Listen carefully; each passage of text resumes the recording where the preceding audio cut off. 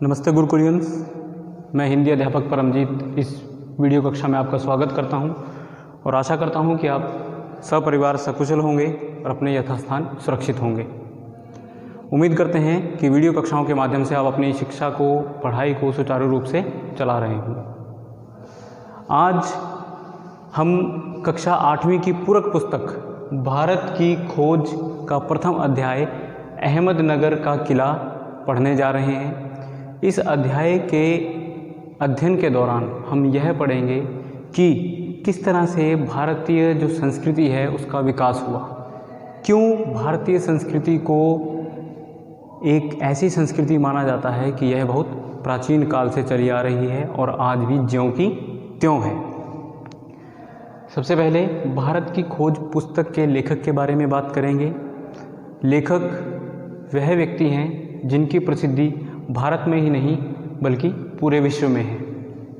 इनकी बहुत सी पुस्तकें प्रकाशित हुई हैं, जैसे विश्व इतिहास की झलकियाँ, आत्मकथा और भारत की खोज।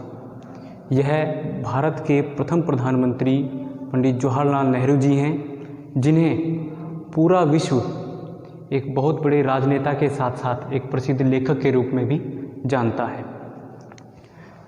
नेहरू जी ने भारत की खोज लिखी और इसमें उन्होंने अपने अनुभवों को, जेल में बिताए गए अनुभवों को बहुत अच्छे से प्रस्तुत किया। वह एक ऐसे लेखक थे जिन्हें विद्वत्तापूर्ण शैली से लिखने का अनुभव नहीं था, लेकिन फिर भी उन्होंने जो इस पुस्तक में लिखा वह बच्चों के लिए, जो भी इतिहास प्रेमी हैं उनके लिए एक बहुत बड़ी भेंट है। आज हम इस पाठ को कुछ बिंदुओं के द्वारा समझेंगे। उन बिंदुओं में प्रथम बिंदु है 20 महीने का कारावास। 20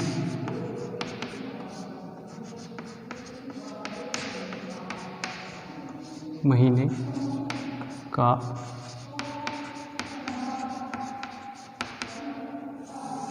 कारावास। नेहरू जी को अहमदनगर के किले में 20 महीने से भी अधिक समय के लिए रखा गया। वह जब आज़ादी की लड़ाई के लिए गांधी जी के साथ भारत को अंग्रेज़ों के चंगुल से छुड़ाने के लिए यत्न कर रहे थे। वह हर संभव कोशिश कर रहे थे कि किस तरह भारत को अंग्रेज़ी शिकंजे से छुड़ाया जाए। तब उन्हें अहमदनगर के किले में 20 महीने से भी अधिक समय के कारावास में डाल दिया गया। वह उन 20 महीनों में उनका एक साथी था जो था शुक्ल पक्ष का चंद्रमा।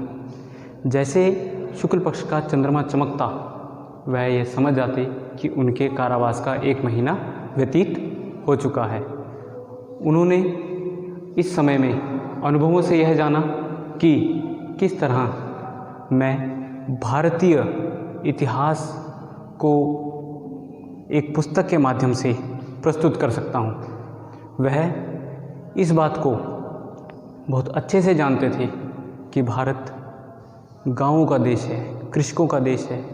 उन्हें सरल और साधारण भाषा में यह बात बताई जा सकती है। उन्होंने इस कारावास के दौरान बहुत सी ऐसे अनुभवों को अपनी यादों में संजोया, जिससे वह अपने इस पुस्तक में विद्यार्थियों के लिए एक महत्वपूर्ण समय दे सकें। अब इसका जो अगला बिंदु है वह है बागवानी करना। आप सभी जानते हैं कि नेहरू जी को बागवानी का बहुत शौक़ था। इसी प्रकार वह अपनी जेल यात्रा के समय बहुत सी जेलों में उन्होंने समय बिताया और इस तरह के बागवानी के कार्य, ज़मीन खोदना, इस तरह के बहुत से उन्होंने कार्य किए। हमारा अगला बिंदु है बागवानी करना। नेहरू जी को बागवानी का अत्यधिक शौक़ था। वह जेल में समय बिताने के साथ साथ वहाँ पर बागवानी किया करते थे। तरह तरह की क्यारियाँ बनाना, उनमें फूलों को उगाना, वहाँ पर जिस भी तरह की ज़मीन उन्हें प्राप्त मिलती वह उस ऊबड़ खाबड़ ज़मीन को समतल करते, वहाँ पर क्यारियाँ बनाते और वहाँ पर वह बागवानी करते। अहमदनगर किले की जब जेल में उन्हें रखा गया, अहमदनगर के किले में जब उन्हें रखा गया, तब उन्हें वहाँ पर बहुत पथरीली भूमि मिली। इस भूमि की यह विशेषता कह लीजिए या यूँ कह लीजिए कि इस भूमि पर बहुत से महलों को ध्वस्त किया गया था। बहुत से महलों के अवशेष इस भूमि में मिले हुए थे, इसलिए यह बहुत ज़्यादा पथरीली थी। वह इस भूमि को समतल करते, इसमें से पत्थर निकालते, अलग अलग तरह की क्यारियाँ बनाते और यहाँ पर फूलों को उगाते और इन फूलों से वह अपने जेल के वातावरण को बहुत ज़्यादा शुद्ध करते थे। इसी में अगला हमारा बिंदु है चांद बीबी। चांद बीबी की वीरता।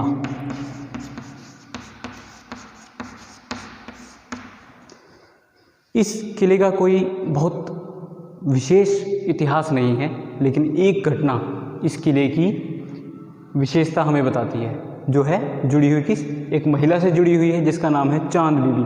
चांद बीबी इस किले की शासिका थी। यहाँ पर वह शासन करती थी और उन्होंने अपने शासन के दौरान अकबर की शाही सेना को इस अपने नेतृत्व से पछाड़ दिया। चांद बीबी ने बहुत ही वीरता से युद्ध करते हुए अकबर की सेना को पीछे धकेल दिया, लेकिन कहीं ना कहीं उनकी अपनी ही सेना में षड्यंत्र जो है वह चल रहा था और इसी षड्यंत्र के अंतर्गत चांद बीबी की हत्या उन्हीं की एक सैनिक ने कर दी, जिसके कारण यह किला अकबर के अधीन हो गया। यह घटना इस अहमदनगर के किले की सबसे महत्वपूर्ण घटना मानी जाती है। इसके बाद अगला जो हमारा मुख्य बिंदु है वह है खुदाई के दौरान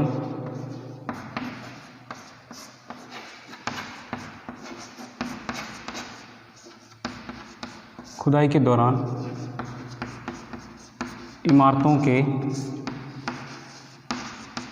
अवशेष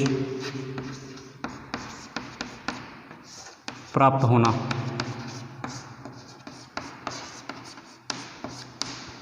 खुदाई के दौरान इमारतों के अवशेष प्राप्त होना।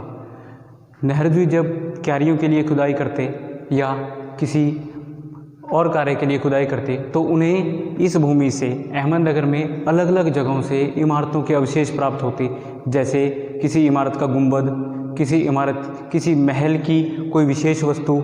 इस तरह के अवशेषों के मिलने से उनके मन में बार बार यह प्रश्न उठते कि इस ज़मीन का, इस किले का इतिहास कितना पुराना है। वह हर बार अपने अधिकारियों से, जेल अधिकारियों से यह अपील करते कि उन्हें और खुदाई करने के लिए समय दिया जाए या खुदाई जारी रखने के लिए उन्हें अलग अलग तरह से जो कुदाल है, अलग अलग तरह के कुदाल हैं वह मिले, परंतु अंग्रेज़ अधिकारी ने उन्हें इसके लिए मना कर दिया। अब वह यह समझते कि वह इस कार्य को कैसे पूर्ण करें, इसलिए उन्होंने उसी समय कुदाल छोड़कर कलम उठा ली और अपने अनुभवों से इतिहास लिखने का मन बना लिया। परंतु अब नेहरू जी यह मानते थे कि मैं इस जेल में बंद रहकर किसी भी तरह से इतिहास नहीं लिख सकता। मैं भविष्य को जाने बिना इतिहास की रचना नहीं कर सकता, ना ही मैं इस प्राचीन समय को बिना सोचे समझे लिख सकता हूँ। और वर्तमान में मैं इस जेल में बंद हूँ, इसलिए मैं वर्तमान के विषय में भी कुछ नहीं लिख सकता। लेकिन वह उस समय का इंतज़ार करते हैं जब उन्हें यहाँ से बाहर निकाला जाए। इस तरह उन्होंने जब यह अपनी जेल का समय, इस जेल यातना का समय पूर्ण किया और उसके बाद वह इस अहमदनगर किले से बाहर गए, तब उन्होंने अपने सभी अनुभवों को एक पुस्तक में संजोया और इस पुस्तक का निर्माण किया। नेहरू जी ने बहुत से ऐसे लेखकों को पढ़ा जिन्होंने इतिहास पर आलोचनात्मक टिप्पणी की है या जिन्होंने इतिहास के उस गूढ़ पृष्ठ को लिखा है जिस पृष्ठ पर वह भारतीय सभ्यता को बहुत श्रेष्ठ मानते हैं। उन्होंने बहुत सी ऐसी पुस्तकों को पढ़ा जिससे वह यह ज्ञान प्राप्त कर सकें कि किस तरह से वह भारतीय इतिहास को या भारत के प्राचीन इतिहास या भारतीय प्राचीन संस्कृति को एक समय में एक पुस्तक में संजो पाएँ। इसी तरह से इसका अगला मुख्य बिंदु है गेटे का कथन।